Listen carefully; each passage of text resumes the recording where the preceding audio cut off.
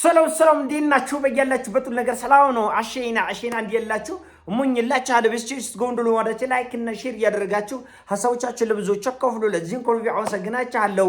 ሐሳቡ ሲሞቻችሁ 3000 ላይክ እንድትገጩን በትቱናው ጎብዛችኋለሁ። ዛሬ ወደ ሚዛናችን ዘላችሁ የመጣነው ሶበር ዜና የአሜሪካው ፕሬዝዳንት ዶናልድ ጄ ትራምፕ ከቻይና መልስ ከእስራኤል ጋር በመተባበር በኢራን ላይ ከዚህ በፊት ከተደረጉ ጦርነቶች እጥፍ እጅግ በጣም ሰቅጣጭ የሆነና አውዳቢ የሆነ ጦርነት ለመክፈት እየተመካከሩና እቅድ እያወጡ እንደሆነ ይሄም ጦርነት በሚቀጥለው ሳምንት እንደሚጀምር መረጃውን አግኝቻለሁ ብለዋል ቢቢሲ ኒውስ። እንደምታውቁት በኢራን ላይ የተደረገው ወረራ አሜሪካና ለእስራኤል ከፍተኛ እፍረትና ውርደት ያኮናነበ በመሆኑ ይሄንን እፍረት ለመቀበል ሁለቱም ፈቃደኞች ስላልሆኑ በድጋሚ ኢራንን ይደበደባሉ የሚለውን ዘገባ የተኩስ አቁሙ ስምምነት በተፈረመ በነገታው ነው የነገርኳቸው። አይቀሬ ነው፣ ይሄ ጦርነት አይቀሬ ነው። በመካከለኛው ምስራቅ የሚገኙ የገልፍ ሀገራትም በሁለት ልብ እያመነቱ እየተጨነቁ ምጥ ላይ ነው ያሉት። ምጥ ላይ የተባበሩት አረብ ኤሚሬት ትናንትናና ከትናንትና ወዲያ ሰሞኑን በሙሉ ሳውዲ አረቢያን፣ ኳታርን፣ ባህሬንን በማስተባበር ሁላችንም በአንድ መንፈስ አንድ ላይ ኢራን ላይ ወረራ እንክፈት የሚል ሐሳብ ብታቀርብም በሳውዲና በኳታር በኩል ያለው ነገር ተቀባይነትን አላገኘም። ምክንያቱም የሚመጣው ጦርነት እጅግ በጣም ሰቅጣጭና አውዳሚ እንደሆነ ያውቃሉ። ቻይኖችም እየደወሉ ይነግራሉ። በጣም ሰቅጣጭ ነው። በዚህ በእናንተ ሞት በእናንተ ሀገር ውድመት ላይ ይህን ጦርነት አስተናግዱ። ራሽያኖችም እየደወሉ ቻይኖችም እየደወሉ በተደጋጋሚ እራሷ ፓኪስታን ከመጋረጃው በስተጀርባ እርግጠኛ ነኝ የገልፍ ሀገራቱን ታስጠነቅቃለች፣ ታስፈራራለች። ለምን? እየመጣ ያለው እልቂት እጅግ በጣም አደገኛ በመሆኑ ምክንያት ነው። እና የተባበሩት አረብ ኤሚሬት ከፍርሃቷና ከመንቆጥቆጣ የተነሳ የነዳጅ ማከማቻዎችና ማጣሪያዎችን እንደ አንበሳ ግቢ በብረት ዙሪያውን በብረት እያጦረች አይሮን ዶም ማአት ገዝተሽ የለ እንዴ? ማአት ስፍር ቁጥር የሌለው ቢሊየንስ ኦፍ ዶላርስ አውጥታ እኮ አይሮን ዶም የሚሳይሎች የኢንተርሰፕተሮች መከላከያ ስርዓቷን አዘምናለች፣ አጠናክራለች። እንደገና ወደ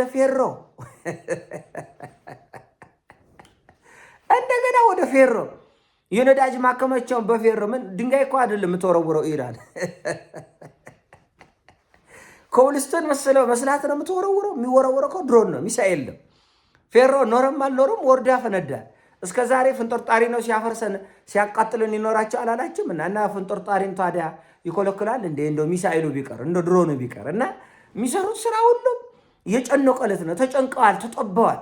በነገራችን ላይ ትናንትና ሲኤንኤን የኢራን የመረጃ መንታፊዎች ሳይበር አታክ አድርሰዋል በአሜሪካ የነዳጅ ማጣሪያና ማከማቻ እንትኖች ላይ ተቋማት ላይ ከፍተኛ የሆነ የሳይበር አታክ አድርሰዋል። በዚህም ብዙ ጉዳት ደርሷል ተብሏል። ሲኤንኤን ነው እንደሞ የዘገበው አይደለም።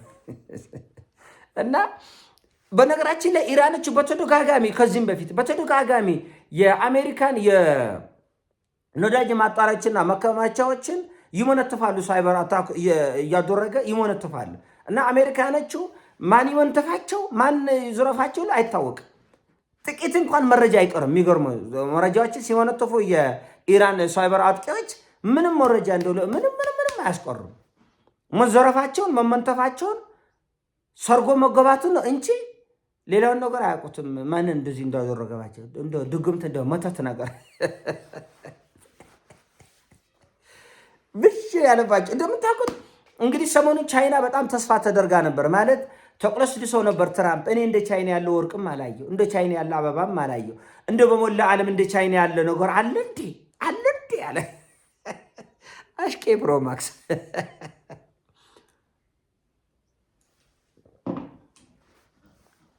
አሽቋለጣ ይገልጹ ነገር ግን እንደማይሆን ምክንያቱም ጠረጴዛ ላይ ሁሉ ጊዜ ይዘውት የሚመጡት ነገር የልጆች እንቶፎንቶ የጨቅላች ሐሳብ ነው ይዘው የሚመጡት።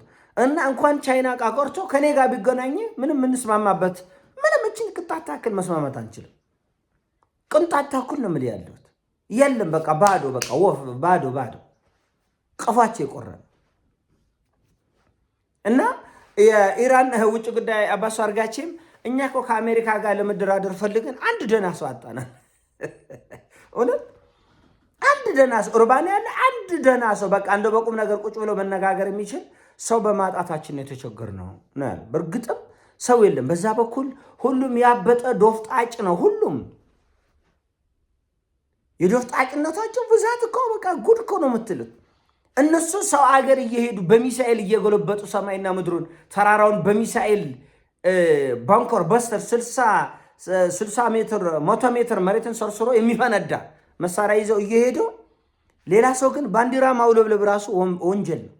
ባንዲራ አሁን ትናንትና ወዲያ ነግሬያቸዋለሁ። ላሚን ያማል የባርሴሎና አጥቂ 18 ዓመት ልጅ ነው፣ ትንሽ ልጅ ነው።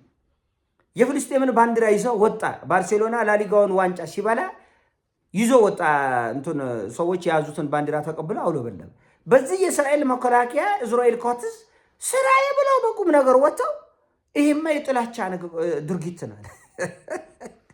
146 አገሮች ላይ በመላ ዓለም የሚውለበለብ ነው የፍልስጤም ባንዲራ። በእርግጥም ከብዙ የአፍሪካ ከብዙ የአውሮፓና የላቲን አሜሪካ አገሮች በተሻለ የፍልስጤም ባንዲራ በመላ ዓለም የሚታወቅ ነው። በመላ ዓለም እና የፍልስጤምን ባንዲራ መያዝ ወንጀል ነው። በጣም ባርሴሎና ሊቀጣው ይገባል። ላሚን ያማልን ሊቀጣው ይገባል። ለምን? እኛ ከሐማስ ጋር እየተዋጋን፣ ባንዲራው የሐማስ አይደለም፣ ባንዲራው የፍልስጤም ነው። ይህን ባንዲራ ደግሞ በዓለም ላይ ያሉ 146 ሀገሮች ይቀበላሉ። ባንዲራውን ብቻ ሳይሆን የፍልስጤምን ሀገርነት ይቀበላል። እስራኤል ስለደበራት ወይም ደግሞ አሜሪካ ስለደበራት አንድ ሀገር የለም ሊባል አይችልም። ለምሳሌ ኢራኖች እስራኤል የምትባል ሀገር የለችም ይላሉ፣ ግን አለች። ያው እልህ ነው። ኢራኖቹም እስራኤልን አናውቅም ይላሉ፣ ምክንያቱም እስራኤል ፍልስጤምን አላውቅም ስላለች ነው። ኢራኖቹ ጋር መከራከር አትችልም፣ ከባዶች ናቸው። የፍልስጤምን ህልውና እስካልተቀበለች እኛም የእስራኤልን ህልውና አንቀበልም የሚል እንትን ነው፣ አመክንዮ ነው የሚያስቆምጡት ያለ። የሆነ ሆኖ ይሄ ህፃን ልጅ 18 ዓመት ልጅ የእስራኤል መከላከያ ወጥቶ ይሟገታል። እንዴት ባንዲራ ትይዛለ? ይሄ ጥላቻ ነው። ነገር ግን የተባበሩት መንግስታት ድርጅት ኔታንያሁ በወንጀለኞች ፍርድ ቤት እፈልገዋለሁ፣ የዓለም ይሄ ምንድነው የምትል የወንጀለኞች ፍርድ ቤት እፈልገዋለሁ ያለው ኔታንያሁ ንጹህ ሰው ነው። ባንዲራ ያዘ ላሚን ያማል ግን ወንጀለኛ ነው፣ ወይም ደግሞ የጥላቻ ሰባኪ ነው። በዚህ ምክንያት ባርሴሎና እሱ ሊቀጣ ይገባል። እሱ ምን አይነት ፍርደ ገምድል ዓለም ላይ እንዳለ ነገርኛ ሀገር እንኳን ይሄ ብዙ የሚነገራቸው ብዙ ሰዎችም የሉም። ትንሽ የራሳችን ጉዳይ ላይ የጆዘብን ብዙዎቻችን እንደገና የዓለም ጉዳይን ፈትፍቶን አብላልቶን ተሮድተን ሰው እንሆናለን። ማይመስል ነው። እኔ ብዙ ነገሮችን ካል ተስፋ ያስቆርጡኛል፣ ያዶክመኛል። ኤኒዌይስ ግን የፍርዶ ገምድልነታቸውን ብዛት ተመልከት። ኢራንን መደብደብ የጀመሩት እስራኤልና አሜሪካ ናቸው። አሁን ግን አክት እያደረጉ ያለው እንደ ተበዳይ ክፉ እንደደረሰባቸው 10 ሺህ ጊዜ 13 ሺህ ጊዜ በላይ አሜሪካ የኢራንን መሬት ስደወድም እሷ በደለኛ አይደለችም። ላሚን ያማል ግን የፍልስጤምን ባንዲራ ይዞ መውጣቱ የመጨረሻ የበደል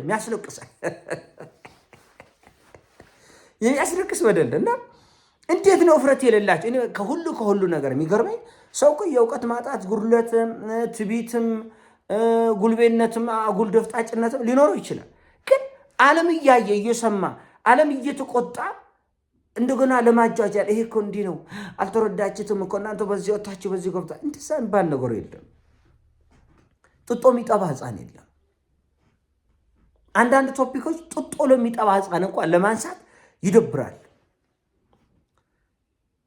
እና የኢራን እነዚህ እጅግ በጣም ምጡቅ የሆኑ የሳይበር አታክ የሚያደርጉ ወጣቶች በጣም የሚያስደንቅ እና የአሜሪካ የደህንነት መስሪያ ቤት ለሲኤንኤን ነው የነገሩት። አይ መንተፈውን አለ ሲፈልጉ ነዳጅን ከፍ ያደርጉታል፣ ዝቅ ያደርጉታል። ምን ያክል ነዳጅ እንዳለው ራሱ መስመር ላይ ይታወቅ አያውቁትም። ሳይበር አታከሮች ለምሳሌ 100,000 ሊትር ከሆነ ያለው 50,000 ነው ይላሉ። ቀንሰው መንተፈውታል እንዳለ ገና ሄዶ ማኑዋሊ ቼክ ለማድረግ በጣም ከባድ ነው፣ በጣም አስቸጋሪ ነው። እና ምናልባት ሙሉ በሙሉ የኢራን ሳይበር አታከሮች ይህንን የነዳጅ መሰረተ ልማት የሚቆጣጠሩ ከሆነ ደግሞ በጣም አደገኛ ነው። በጣም አደገኛ ኪሳራ ነው የሚመጣው ነው የተባለ እና አንተ የእነሱን ሳይበር መመንተፍ ትችላለህ። ቴሌቪዥን ጣቢያን መምታት፣ መሪዎችን መግደል እንደነሱ ሳቤ ማለት ነው። እንደ አሜሪካና እንደ እስራኤል ፖለቲከኞች ሳቤ ከሆነ አንተ የፈለግከውን ማድረግ ትችላለህ። እነሱ ግን ምንም ማድረግ የለባቸው። ዝም ብለው ቁጭ ብለው ማልቀስ ነው ያለባቸው አንገታቸው ደፍተው እና ምን አይነት ፍርደ ገምድልነት እንደሆነ አይገባኝም። እስካሁን ድረስ ለኔ እንቆቅልሽ ነው። በጣም የሚያስደንቅም የሚያስገርምም ጉዳይ ነው። ይሄን ሐሳብ ነው። ሐሳቡ ሲሞቻችም ላይክ አድርጉ፣ ሼር አድርጉ። ወዳችኋለሁ። ፒስ